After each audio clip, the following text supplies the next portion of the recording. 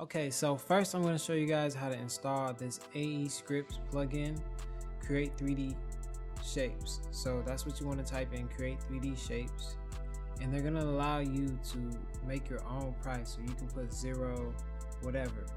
Once you put all your information in, they're going to send you a link through your email, and then you can download it from there, and you're going to have to unzip it. So once you get the files unzipped, you go into After Effects, go to your file, scripts, install script file, and you select all those weird looking files and you install them.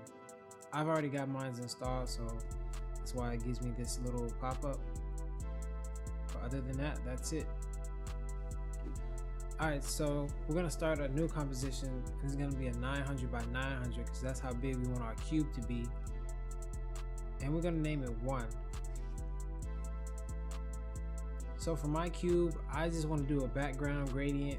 You can add a logo or text, whatever you like, but I'm just going to do a quick gradient. We're going to start a new composition. We're going to name it main. And you're going to make it a 1920 by 1080p.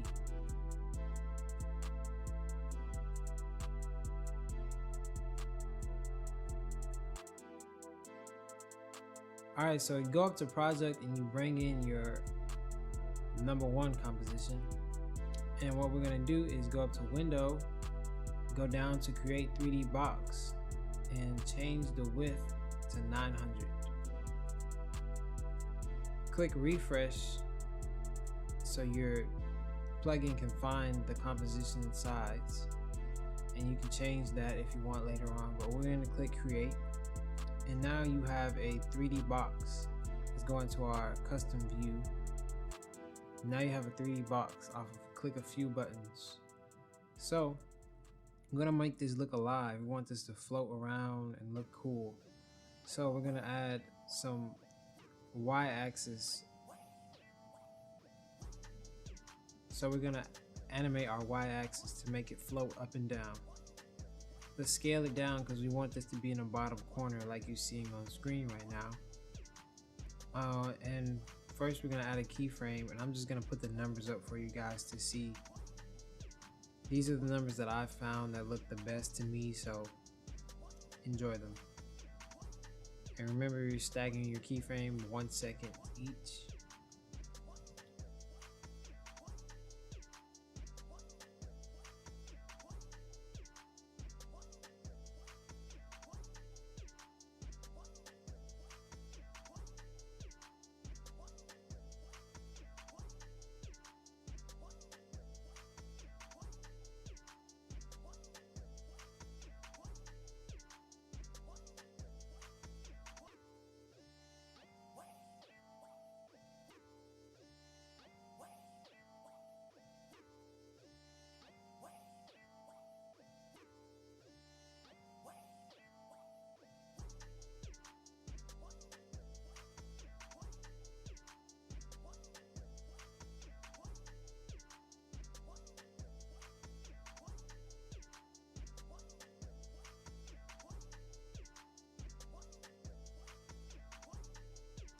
Alright, once you get all those keyframes done, let's select all of our keyframes and F9 to easy ease them. And you can edit the speed graph, but I find this to be the perfect look. So now we're gonna stagger our keyframes a little bit, make them so we can slow down the animation. So let's separate them some, and we're gonna slow down our animation. Alright, now we're gonna hold Alt and click on that stopwatch, select this little play button, go to property, and click loop out cycle. This is basically going to make our keyframes continuously cycle throughout our entire composition here. Alright, so our next order of business is our rotation. So let's add some keyframes to our rotation here. For your first one, all you really have to do is add an X rotation keyframe. I'm going to delete these two in a second, you'll see. And I'm gonna put the numbers on screen for you guys just to follow. -90 is our first X value. Just follow me on screen. I'm gonna show you exactly what you need to do.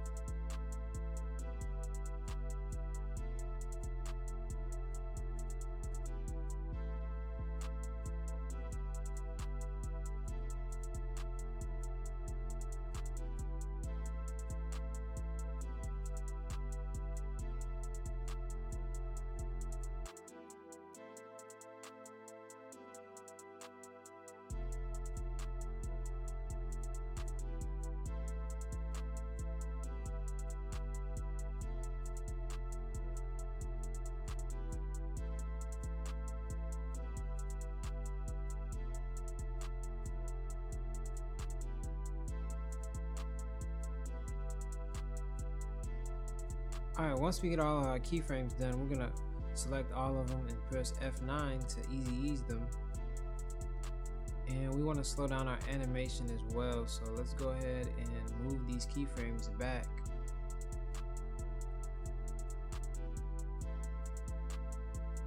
Again, all we really want to do is make this cube float around and rotate. So hold Alt and click on the stopwatch, and you want to type in time *25.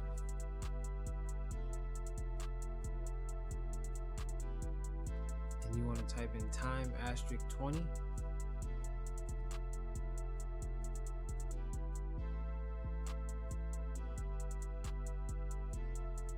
And then time *40.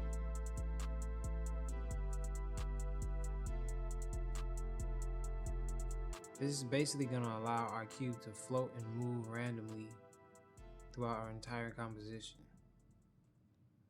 Our keyframes give it some direction. So now, alright, now we want to scale it down and see how it's going to look in the bottom right corner of our screen. So let's go up to composition and let's select new composition, have it a 1920 by 1080 and name it animation.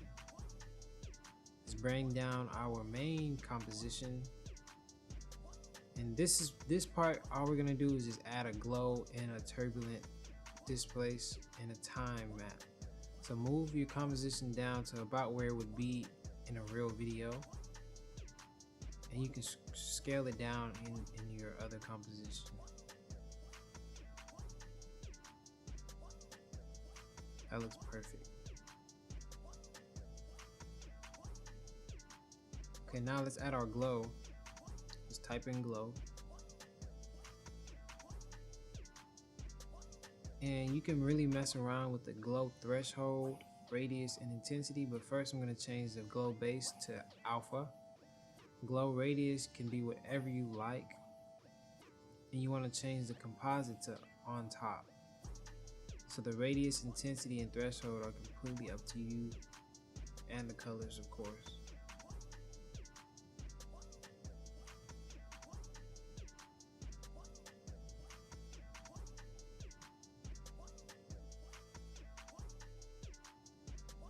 Okay, next we're going to do a time displacement.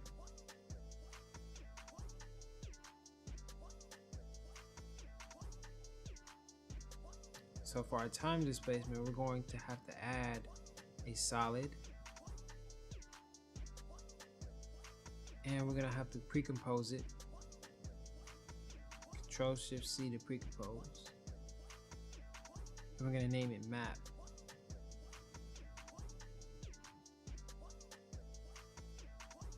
And let's put a gradient on it That's all we're gonna have to do. Put a gradient on it, invert the gradient, and let's go back to our main composition. And now if you go to your time displacement, select map under the time displacement layer. You can hide the visibility because we don't need to see it. And make the resolution 100. Make the displacement 0.1 because this is a heavy effect. When you render, change the time resolution to 500. It looks much better. So now I'm going to show you how to replace each one of these sides with a different side. So if you have more than one side, so like, okay, let's see. Let's change this one to a red or something. And now we want that red to be on our left side. Hold Alt and bring it on top of the left side. Make sure the left side is selected, and then you drag that other side on top of it and it'll replace it. Bottom is selected, drag it on top of it, it'll replace it. Simple as that. So now I'm going to show you how to render it as a PNG. Click on your transparency grid,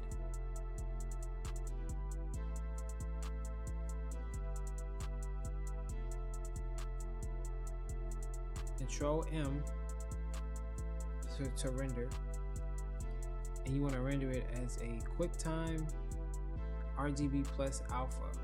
That's what makes it PNG like. Click OK and you're done. That's all for today's video. Thank you for watching. Peace.